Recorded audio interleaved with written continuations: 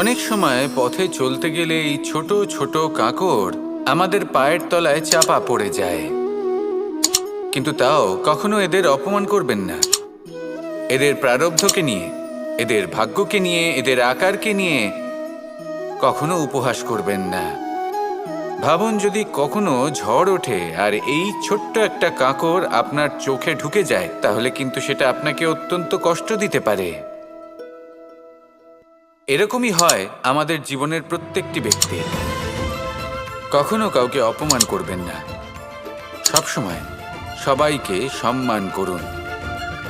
যদি আপনি কাউকে অপমান করেন, যদি আপনি কাউকে ছোট অনুভব করান, হতে পারে সময় এলে পরে সেই ব্যক্তিও আপনার শত্রু হয়ে উঠবে, আপনাকে বিকট পরিস্থিতিতে ফেলতে পারে। সেই জন্য কারোর আকার দেখে তাকে সম্মান করবেন না।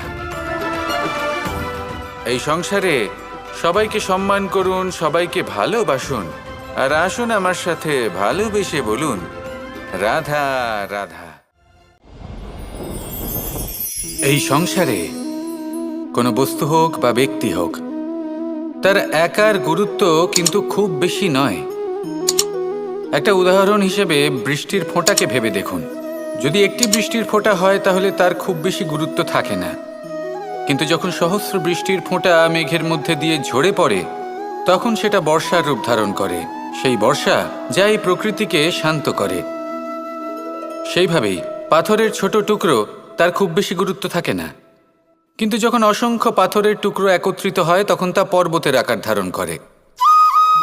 সেইভাবেই কিছু মানুষ যখন একত্রিত হন তখন তৈরি হয় পরিবার, কিছু পরিবার যখন একত্রিত হয় তখন তৈরি হয় সমাজ, যখন অনেক সংখ্যক সমাজ একত্রিত হয় তখন তৈরি হয় রাজ্য।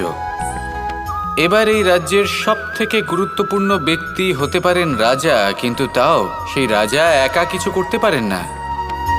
যুদ্ধ লড়ার সময় তারও নিজের সৈন্যদলকে প্রয়োজন পড়ে। কিন্তু এই সংসারে এমন একজন ব্যক্তি আছেন যিনি একাই সব কাজ করতে থাকেন, এবং সেই ব্যক্তি হলেন মা। আমাদের জীবনে একজন পিতার ভূমিকা কিন্তু নিঃসন্দেহে অমূল্য, কিন্তু আমাদের সকলের জীবনে যে ভূমিকা একজন মায়ের তা অন্য কারোর থাকে না। একজন মা একাই সন্তানকে বড় করতে পারেন, সংস্কারী করে তুলতে পারেন, তার জন্য পরিশ্রম করেন। আর এত কিছু কাজ করার পরেও তার কাজের জন্য তিনি প্রশংসা অবশ্য পান না।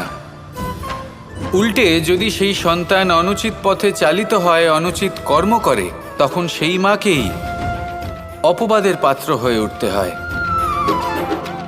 আমাদের জীবনে মায়ের যোগদান কতটা সেটা বুঝুন। আপনাকে বড় করে তোলার জন্য উনি কতটা পরিশ্রম করেছেন সেটা বুঝুন।